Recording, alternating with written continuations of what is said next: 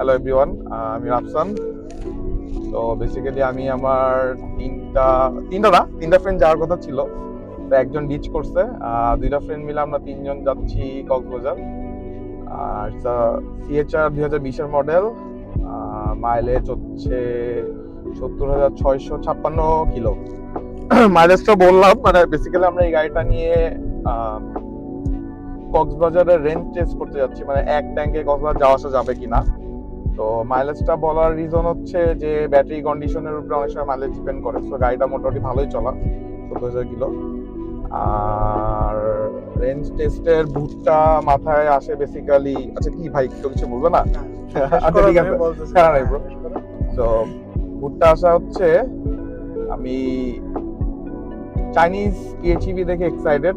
তো আমার ফ্রেন্ডরা আমাকে কেউ কিনতে দিবে না।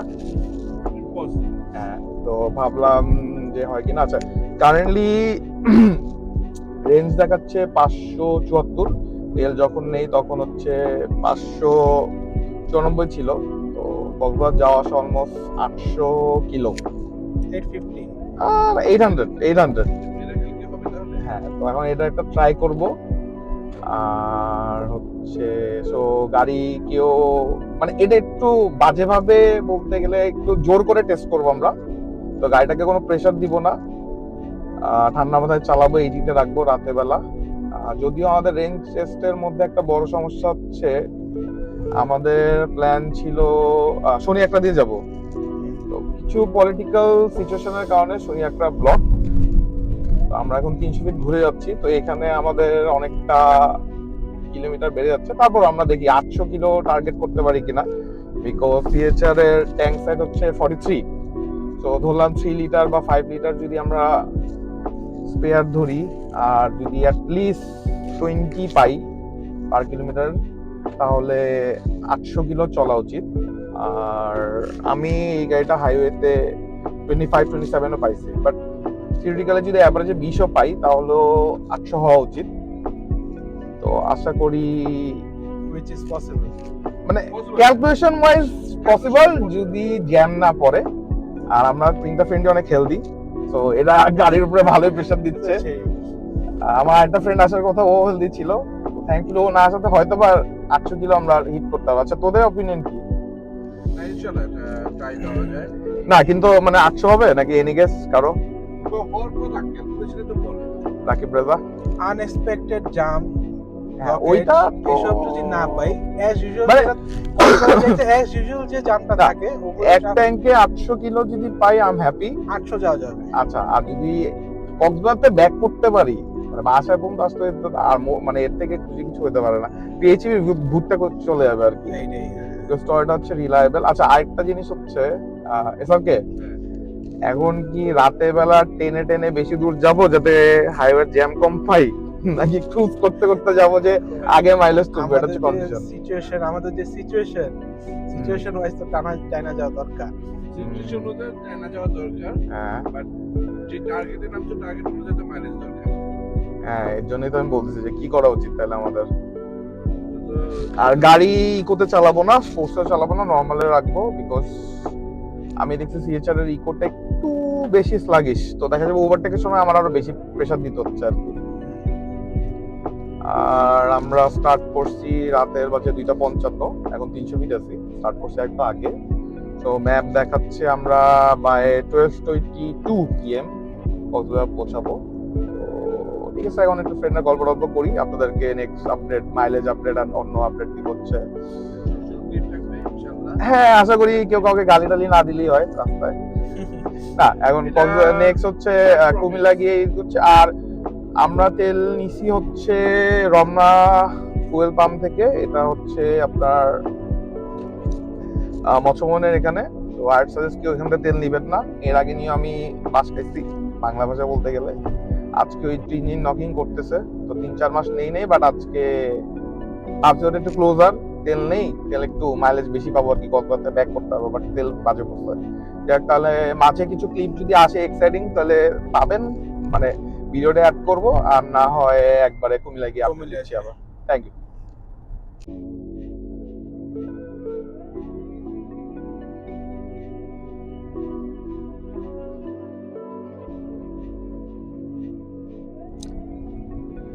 সো আমরা কুমিল্লা থেকে রওনা দিলাম টানেলে 14 গ্রাম না, আচ্ছা এখন টানেল দিয়ে যাব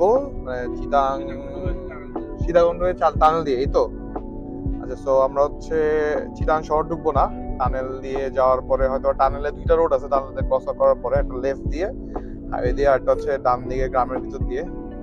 দেখি কোনটা দিয়ে যাই। আচ্ছা যাই হোক, এখন বাজে 6:50 আর রেঞ্জ দেখাচ্ছে 489 আর আমরা হচ্ছে 153 কিলোমিটার কমপ্লিট করছি। সো অলমোস্ট এখন রেঞ্জ ওয়াইজ হচ্ছে 640-30 এরকম। সো রেঞ্জ একটু ইমপ্রুভ হয়েছে।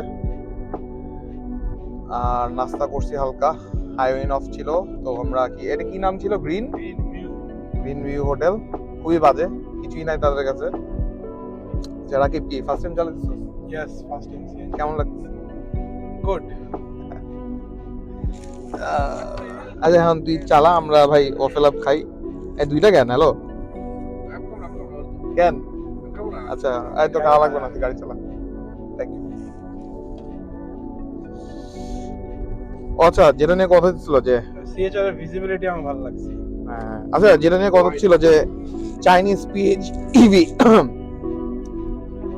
তো আমার মনে হয় না যে মানে জেডিএম হাইব্রিড নিয়ে না নিয়ে পিএইচইভি নিলে কোনো লাভ আছে, মানে ইন টার্মস অফ কস্টিং। যদি হাইওয়ে রাইডটা চিন্তা করি বাট সবাই খালি মানে সবকিছুর সাথে হ্যারিয়ারের হাইব্রিডটা তুলনা করে। সিএচআর কম্পেয়ার করলাম না, এটা ছোট গাড়ি। তো জিনিসটা হচ্ছে সবাই খালি মানে কক্সবাজার বা ঢাকার বাইরে দূরে কত দূর যাওয়া যায় এটা নিয়ে ডিসকাস করে। বাট পিএইচইভি কিন্তু মেইন অ্যাডভান্টেজটা আমার মনে হচ্ছে ঢাকায় ডে টু ডে ইউজে। মানে না, হাইওয়েতে বেনিফিটটা আসে, বাট ঢাকায় যেমন চার্জ দিচ্ছি, অফিস যাচ্ছি, ফ্যাক্টরি বা অন্য কাজের জন্য, ঠিক আছে, সঙ্গে তেল লাগবে না।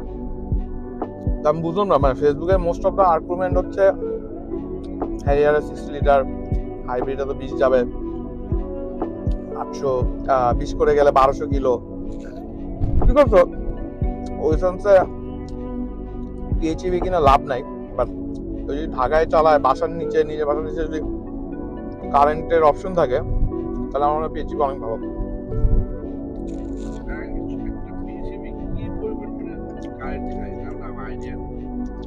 আমি একটু দেখছি অনেক বাজে 200 থেকে 300 টাকা পার চার্জ।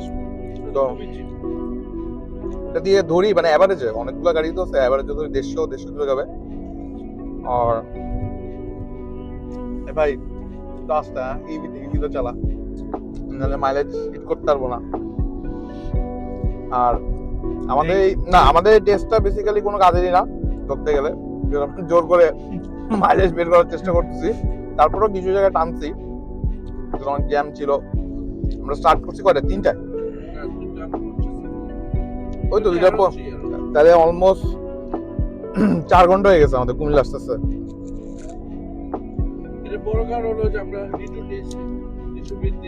হ্যাঁ, কাঞ্চনের রাস্তা খুব বাজে ওদিক দিয়ে আসলে, স্টিল যেহেতু শুনি একটা ব্লক, এই কারণে ভালো। আর 2 ঘন্টা সেভ। হ্যাঁ 2 ঘন্টা বেশি। ঢাকা থেকে যেসব বাসগুলো রাত 11টা ছাড়ছে, ওগুলো আমাদের সাথে কুমিল্লা দাঁড়াইছে। সো ডিউটিটা ওঠতে ছিল। এখন আমরা টানেল দিয়ে যাব, এটা আগেও বললাম। মেন রিজন হচ্ছে আজকে শুক্রবার, চিটাং ফাঁকা থাকবে। তারপরও আর মনে হয় ওখানে ঢুকার কোনো মানে আছে, যেহেতু আমরা ডিরেক্ট কক্সবাজার যাবো। আজকে যাওয়াটা কিন্তু রেঞ্জ টেস্টের জন্যই, মানে এমন না যে আমরা ফ্রেন্ডরা কক্সবাজার ঘুরতে যাচ্ছি। হঠাৎ মনে হয়েছে যে আমার গাড়ি তো 2-2.5 বছর হয়ে গেছে, কখনো ওইভাবে প্রেশার দেয় নেই। কক্সবাজার নিয়ে গেছি, ব্যাক করার সময় রিফিল করছি, যাই থাকুক না কেন। তো যেটা হয়, ফ্রেন্ডদের কাজের জিনিসে ইনভাইট করলে, বন্ধু এক রাত থাকবো কক্সবাজার, খালি গাড়িটা টেস্ট করতে যাবো, যদিও গাড়ি পুরান, তাও এটা টেস্ট করতে যাবো।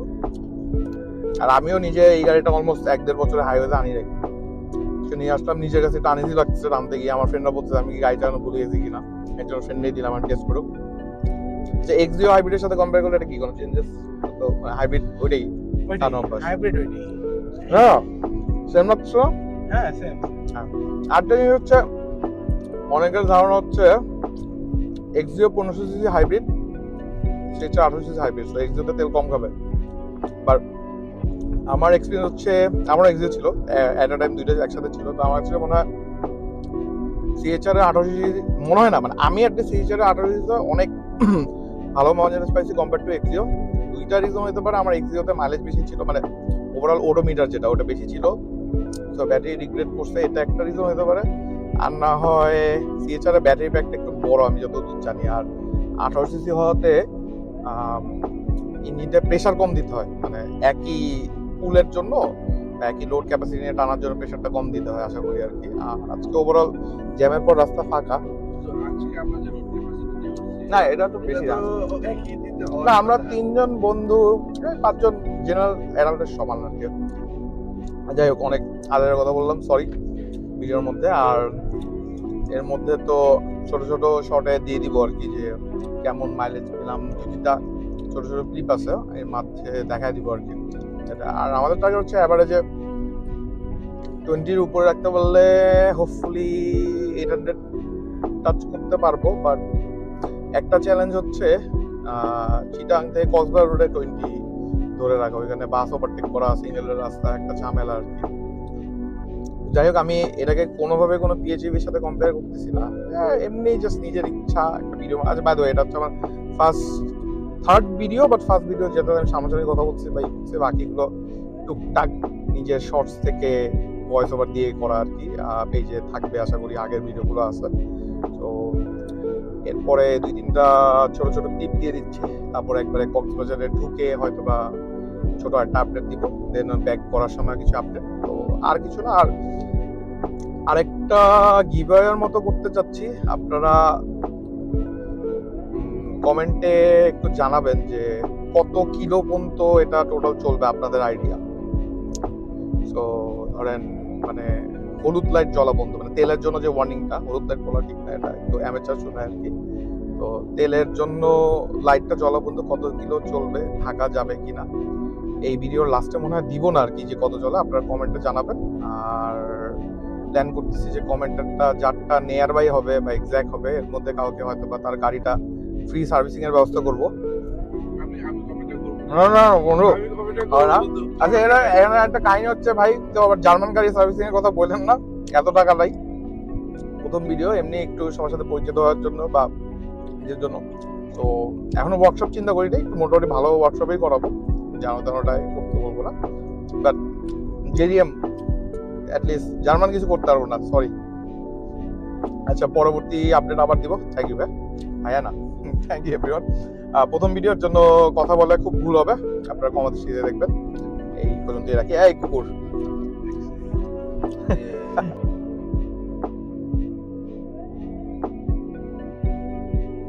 আসসালামু আলাইকুম। এখন বাজে 12:42।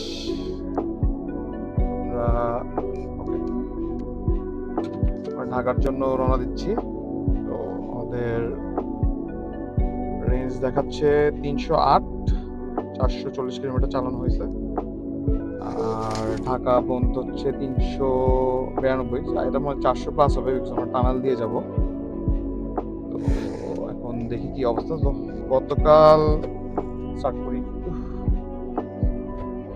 গতকাল আমরা অ্যাভারেজে 22 পাইছি।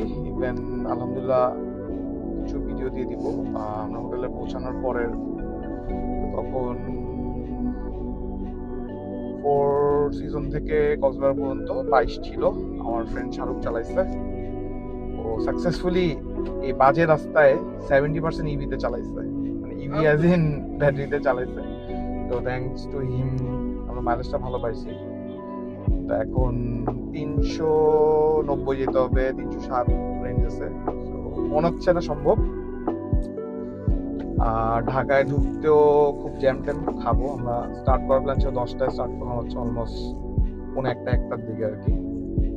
ঢাকায় ঢুকবো না, আমরা নেক্সট ব্রেক নিব মুসাফি আর মাসাফি, পসিজন না, এটার পরে একটা, আর একবার হাইওয়ে গিয়ে। তো ইনশাল্লাহ এর মধ্যে আপডেট দিচ্ছি, আপনারা একটু করেন যাতে অ্যাটলিস্ট ঢাকা বন্ধু আমাদের 800 কিলো যদি হিট করতে পারে। আরেকটা আমাদের চ্যালেঞ্জ আসবে, সেটা হচ্ছে ঢাকা ঢোকার জন্য অনেক জ্যাম আছে, সো ওই লো ফুয়েল নিয়ে ঢুকবো কি না এটাও একটা কনসার্ন ব্যাপার। তো দেখি কাছাকাছি গিয়ে আমরা কি অবস্থা, তারপর বুঝে হয়তো বা রিমেনিং মাইলেজ নিয়ে একটা কনক্লুশন টেনে হয়তো বা রিফিল করতে পারি যদি শুনি যে ঢাকায় ঢোকার জন্য জ্যাম আছে। তো হ্যাঁ, এটার জন্য ট্রাফিক অ্যালার্ট হোপফুলি আমাদের অনেক হেল্প করবে, হ্যাঁ গ্রুপটা আর কি, দেখা যাক। সো এর মধ্যে আমি ভয়েস ওভারেও কিছু দিয়ে দিব না, আমাদের আসার টাইমের যে মাইলেজ গুলো বা কত কিলোমিটার কভার করতে কত টাইম লাগছে, এটা ছোট ছোট ভিডিও আছে, আমি দেখি হয় ভয়েস ওভার দিয়ে দিব বা ভিডিওর উপরে রিটেন ডিসক্রিপশন দিয়ে দিব। একটু দোয়া করবেন ঠিকঠাক মতো যাতে ঢাকায় ব্যাক করতে পারি।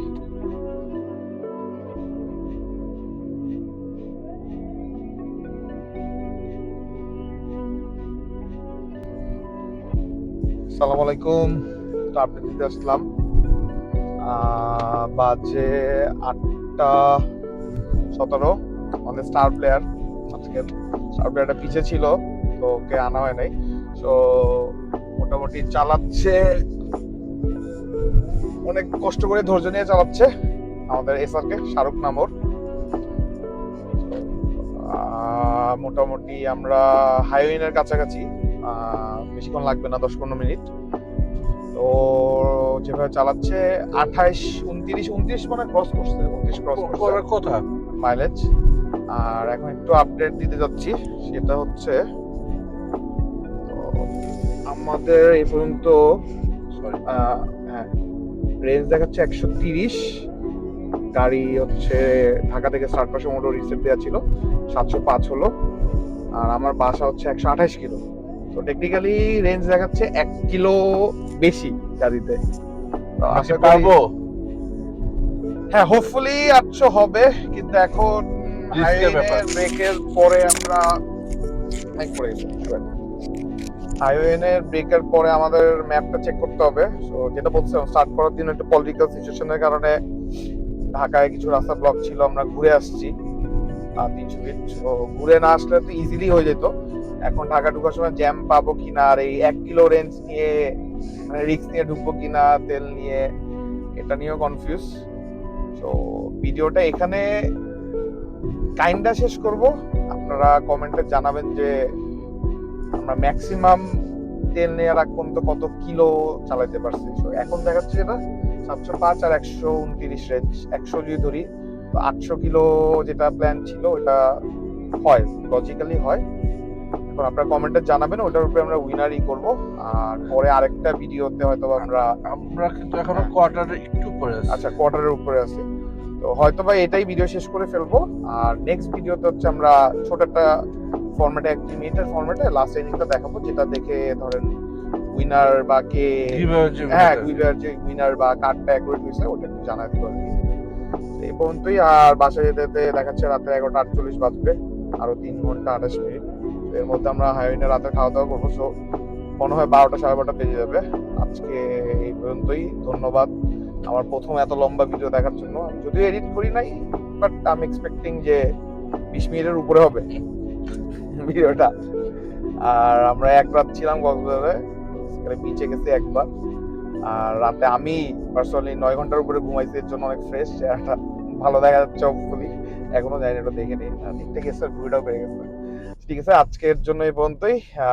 আপনার একটু পোস্টটা পসিবল হলে লাইক দিয়ে শেয়ার দিবেন, আর গিভের ব্যাপারটা নিয়ে আমরা যত জলদি সম্ভব পেজে জানাবো আমাদের। Thank you.